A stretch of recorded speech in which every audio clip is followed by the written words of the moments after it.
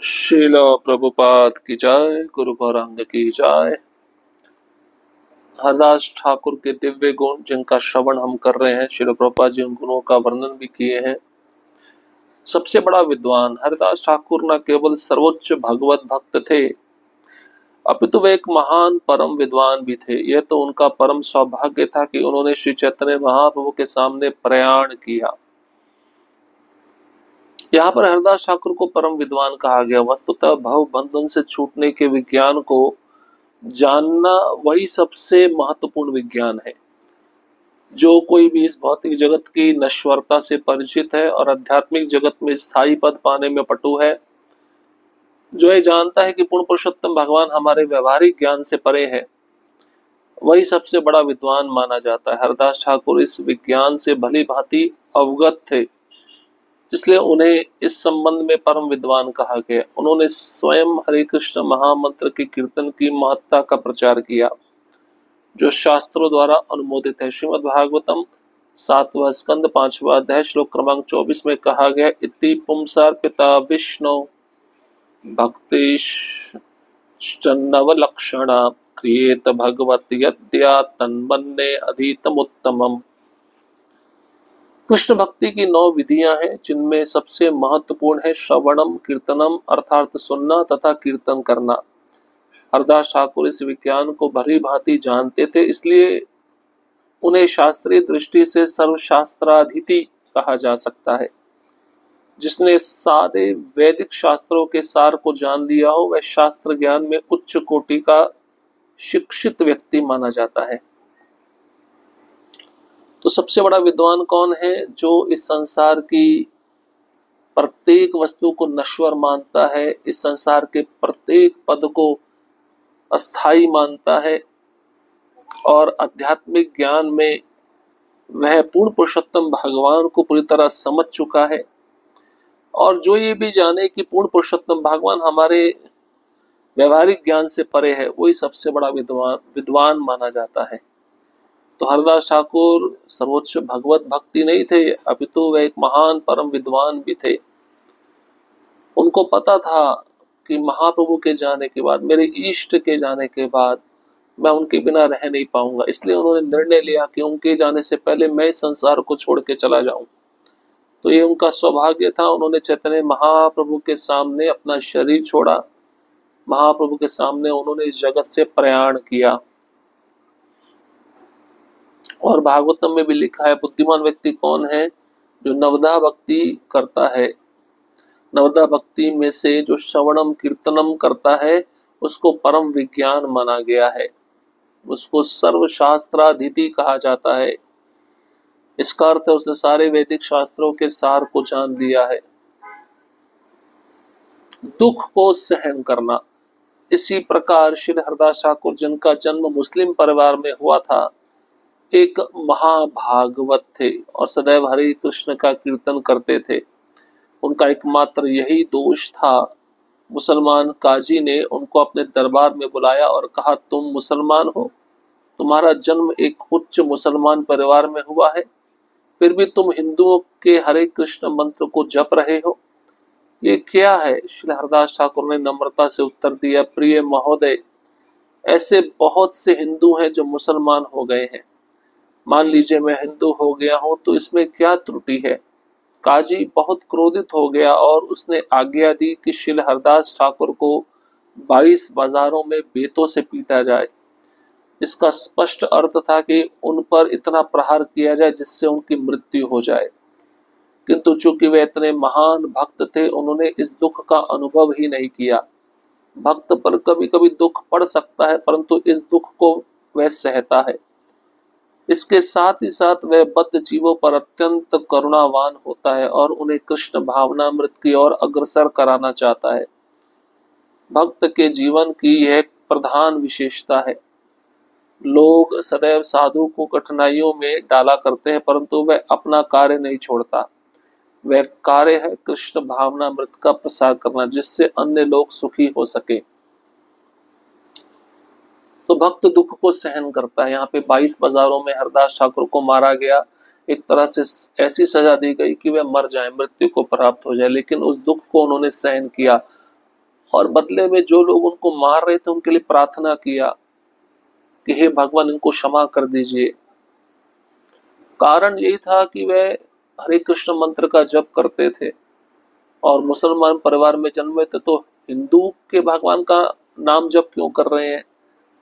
इसी कारण से काजी बहुत क्रोधित हो गया और आज्ञा दिया कि हरदास ठाकुर को इस प्रकार से पीटा जाए।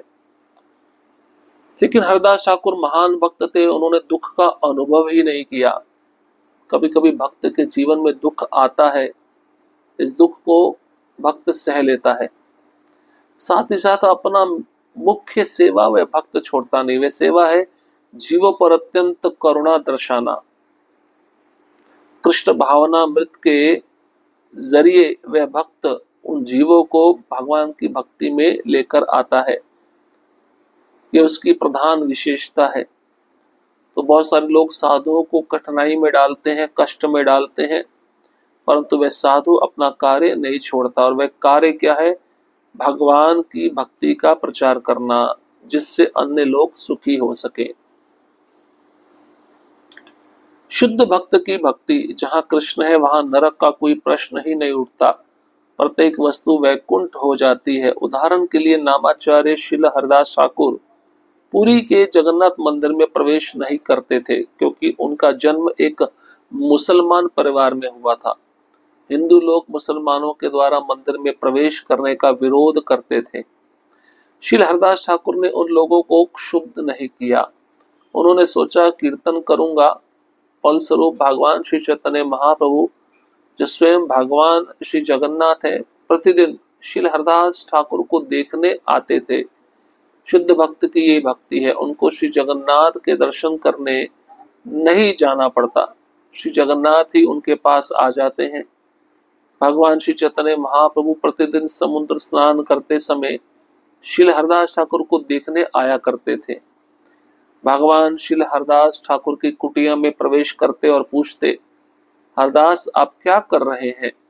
और श्रील हरदास ठाकुर उत्तर देते हैं, भगवान कृपया पधारिए। तो एक भक्त की वास्तविक स्थिति ये है। इसलिए श्री कृष्ण कहते हैं कि उनको भक्तों का पूजन उनके स्वयं के पूजन से कहीं अधिक मूल्यवान है। तो देखिए, शुद्ध भक्त की जो भक्ति होती है उससे भगवान इतने प्रसन्न होते हैं। अगर भक्त भगवान के पास नहीं आ पाता तो भगवान स्वयं चलकर उस भक्त के पास आते हैं। इसका जीता जागता प्रमाण है श्रील हरदास ठाकुर। हरदास ठाकुर मुसलमान परिवार में जन्मे थे, उनको जगन्नाथ भगवान के मंदिर में जाने का प्रवेश नहीं था। उस समय हिंदू लोग मुसलमानों को मंदिर में प्रवेश करने से रोकते थे। तो हरदास ठाकुर ने सोचा, मैं मंदिर में नहीं जाऊंगा, केवल जहां पे रहता हूं वहीं पे रहकर मैं जप करूंगा। लेकिन भगवान चैतन्य महाप्रभु जो जगन्नाथ से अभिन्न है, रोज हरदास ठाकुर को देखने के लिए आते थे। ये उनकी शुद्ध भक्ति है। उनको जगन्नाथ जी का दर्शन करने नहीं जाना पड़ता था, स्वयं भगवान चलकर उनके पास में आते थे। जगन्नाथ जी ही चल के आते थे चैतन्य महाप्रभु के रूप में।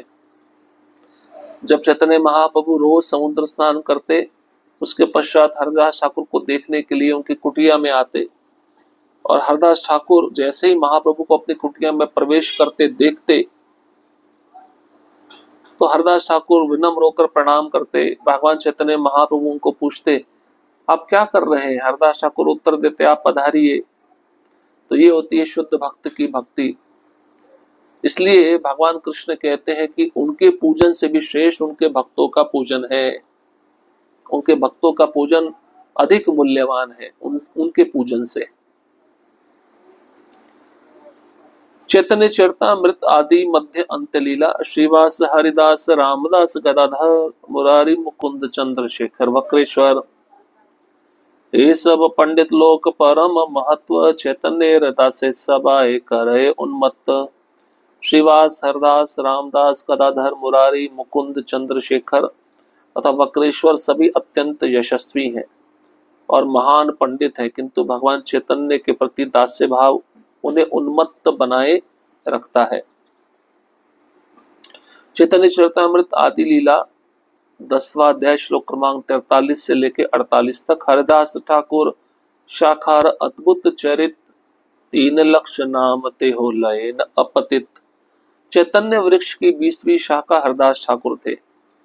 उनका चरित्र अद्भुत था। वह निर्बाध रूप से प्रतिदिन 3 लाख बार कृष्ण नाम का जप करते थे। तहार अनंत गुण कही दिन मात्र, आचार्य गोसाई यार बुझाए शाद पात्र। हरदास ठाकुर के दिव्य गुणों का कोई अंत ना था। यहाँ मैं उनके गुणों के मात्र एक अंश का ही उल्लेख कर रहा हूँ। वे इतने महान थे कि अद्वैत गोस्वामी ने जब अपने पिता का श्राद्ध संस्कार किया तो उन्हें ही पहली थाली भेंट की। प्रहलाद समान तार गुणे तरंग, यवन तोड़ने यार नाहि कब्रु भंग। उनके उत्तम गुणों की तरंगे प्रहलाद महाराज की जैसी थी। जब मुसलमान शासक ने उन्हें दंड दिया तो उन्होंने अपनी बाहों तक नहीं उठाई। तेहो सिद्ध पाइले तार देह लैया कोले, नाचिल चैतन्य प्रभु महाकुतूहले। हरदास ठाकुर के दिवंगत होने पर स्वयं महाप्रभु उनके शरीर को अपनी गोद में लेकर बड़े ही भावावेश में नाचने लगे थे। तार लीला वर्णिया छेन वृंदावन दास, एवं अवशिष्ट आगे करी प्रकाश। श्री वृंदावन दास ठाकुर ने चैतन्य भागवत में हरदास ठाकुर की लीलाओं का विशद वर्णन किया है। जो कुछ शेष रह गया है उसे मैं इसी पुस्तक में आगे बतलाने का प्रयास करूंगा। तार उपशाखा यत कुलीन ग्रामीजन, सत्यराज आदि तार कृपा भाजन। श्री हरदास ठाकुर की एक उपशाखा में कुलीन ग्राम के निवासी थे। इनमें से सत्यराज खान या सत्यराज वसु सर्वाधिक प्रसिद्ध थे, जिन्हें हरदास ठाकुर की पूरी पूरी कृपा प्राप्त थी। चैतन्य चरितामृत आदि लीला 13वां अध्याय श्लोक क्रमांक 99 से लेकर 101 तक। सेई काले निजालय उठिया अद्वैत राय, नृत्य कर आनंदित मने। हरिदास लैया संग हुंकार कीर्तन रंगे, केने नाचे केने नाही जाने। उस समय श्री अद्वैत आचार्य प्रभु अपने शांतिपुर के घर में प्रसन्न मुद्रा में नाच रहे थे। वे हरदास ठाकुर को अपने साथ लेकर नाच रहे थे और ऊंचे स्वर में हरे कृष्ण का कीर्तन कर रहे थे, किंतु वे क्यों नाच रहे थे यह कोई नहीं समझ सका। जगतानंदमय देखी मने सा विस्मया, ठार ठोरे कहे हरिदास, तुम्हार एछन रंग मोर मन प्रसन्न, देखी कि छुकाए आछे भास। जब हरदास ठाकुर ने देखा कि सारा संसार हर्षित है तो उन्होंने विस्मित मन से अद्वैत आचार्य से प्रत्यक्ष तथा अप्रत्यक्ष रूप से कह ही दिया, आपका नाचना और दान वितरित करना मुझे बहुत हर्षित कर रहा है। मैं समझ सकता हूं कि इन क्रियाओं के पीछे अवश्य ही कोई विशेष प्रयोजन है। आगे संप्रदाय नृत्य करे हरिदास, मध्य नाचे आचार्य गोसाई परम उल्लास। मंडली के आगे आगे ठाकुर हरदास नाच रहे थे और मंडली के बीच में परम हर्ष के साथ अद्वैत आचार्य नाच रहे थे। प्रभु बलेन आमी तोमार आइलाम अभ्यागत, आमी देखी लुकाइला धर्म के मत। महाप्रभु ने मैत्री पूर्वक कहा, हे महोदय, मैं आपके घर अतिथि के रूप में आया हूं, किंतु आप है कि मुझे देखकर अपने कमरे में छिप गए। ये कैसा शिष्टाचार है। हरिदास ठाकुर आर रूप सनातन, जगन्नाथ मंदिरे या ना यानति न जन। विरोध की स्थिति से बचने के लिए श्री हरदास ठाकुर, श्री रूप गोस्वामी तथा श्री सनातन गोस्वामी, ये तीनों महान भक्त जगन्नाथ मंदिर में प्रवेश नहीं करते थे। अर्धरात्र दुई भाई आइला प्रभु स्थाने, प्रथमे मिलीला नित्यानंद हरिदास सने। इस प्रकार दबीर खास तथा साखर मल्लिक दोनों भाई आधी रात को वेश बदलकर श्री चैतन्य महाप्रभु का दर्शन करने गए। सर्वप्रथम वे नित्यानंद प्रभु तथा हरदास ठाकुर से मिले। मुकुंद हरदास दुई प्रभु बोलाइला, योड़ हाथे दुई जन कहते लागिला। जब श्री चैतन्य महाप्रभु तथा नित्यानंद प्रभु प्रसाद लेने गए तो उन्होंने मुकुंद तथा हरदास को अपने साथ चलने के लिए बुलाया, किंतु मुकुंद तथा हरदास दोनों ने हाथ जोड़कर इस प्रकार कहा, हरिदास कहे मोई पापिष्ट अधम, बाहिर एक मुष्टि पाछे करी मुंह भोजन। हरदास ठाकुर ने कहा, मैं अत्यंत पापी और अधम हूँ, मैं बाहर ही प्रतीक्षा करते हुए बाद में एक मुट्ठी प्रसाद खाऊंगा। लवंग इलायची बीज उत्तम रसवास, तुलसी मंजरी सहा तिल मुखवास। श्री अद्वैत आचार्य ने दोनों जनों को लौंग तथा इलायची के साथ तुलसी मंजरी का सेवन करवाया। इस तरह उनके मुखों में सुगंध आने लगी। नित्यानंद संगे बोले प्रभु के धरिया, आचार्य हरिदास बोले पाछेता नाचिया। नित्यानंद प्रभु श्री चैतन्य महाप्रभु के साथ साथ चलने लगे, जिससे वे गिरे नहीं, और अद्वैत आचार्य तथा हरदास ठाकुर नाचते हुए उनके पीछे पीछे चलने लगे। हरिदास ठाकुर रहल परम आनंद, वासुदेव दत्त गुप्त मुरारी सेन शिवानंद। ये शुभ समाचार पाकर हरदास ठाकुर परम प्रसन्न हुए। इसी तरह वासुदेव दत्त, मुरारी गुप्त तथा शिवानंद सेन भी प्रसन्न हुए। यही मुरारी गुप्त हई पंडित नारायण हरिदास ठाकुर यह भुवन पावन। ये है मुरारी गुप्त, पंडित नारायण तथा सारे ब्रह्मांड के उद्धारक हरिदास ठाकुर। हरिदास बलि प्रभु डाके घने मन, दूरी रहे हरिदास करे निवेदन। श्री चैतन्य महाप्रभु बारंबार हरिदास हरिदास कहकर पुकार रहे थे। वे उस समय दूर खड़े थे और वहीं से वह इस तरह बोले, भक्त संगे प्रभु करुण प्रसाद अंगीकार, ए संगे वसिते योग्य नहीं मोई छार। हरदास ठाकुर ने कहा, महाप्रभु आप भक्तों के साथ भोजन ग्रहण करें, चूंकि मैं निंदनीय हूं, अतएव आप लोगों के बीच में नहीं बैठ सकता। पाछे मोरे प्रसाद गोविंद दिबे बहित्वारे, मन जानी प्रभु पुनः ना बलिला तारे। गोविंद बाद में मुझे दरवाजे के बाहर प्रसाद दे जाएगा। महाप्रभु ने उनके मन की बात जानकर फिर से नहीं पुकारा। नित्यानंद अद्वैत हरिदास वक्रेश्वरे, चारि जन आज्ञा दिल नृत्य करी बारे। श्री चैतन्य महाप्रभु ने नित्यानंद प्रभु, अद्वैत आचार्य हरदास ठाकुर तथा वक्रेश्वर पंडित को आज्ञा दी कि वे चारों टोलियों में से प्रत्येक में जाकर नृत्य करें। उपल भोग लागिले करी वाहि रे विजय, हरिदास मिली आई से आपन निलय। मंदिर में जाने के बाद श्री चैतन्य महाप्रभु उपल भोग के समय मंदिर के बाहर रहते थे। तब वे हरदास ठाकुर से मिलने जाते और फिर अपने निवास स्थल लौट आते थे। हरिदास ठाकुर महाभागवत प्रधान, प्रतिदिन लाए तेह तीन लक्ष नाम। नामाचार्य हरदास ठाकुर समस्त शुद्ध भक्तों में सर्वाधिक पूज्य हैं। वे प्रतिदिन 3 लाख पवित्र नामों का जप करते हैं। नामेरा महिमा अमितार ठाई शिखिलू, तार प्रसादे नामेरा महिमा जानी लो। मैंने तो भगवान के पवित्र नाम की महिमा के विषय में हरदास ठाकुर से सीखा है और उनकी कृपा से इस महिमा को जाना है। इस प्रकार से श्रील प्रभुपाद के ग्रंथों में जो हरदास ठाकुर के गुणों का वर्णन था वह समाप्त हुआ। अब श्री हरि नामामृत श्लोक माला, इस सार्वभौम भट्टाचार्य और चैतन्य महाप्रभु के बीच का संवाद है, उसको हम अगले सत्र में श्रवण करेंगे।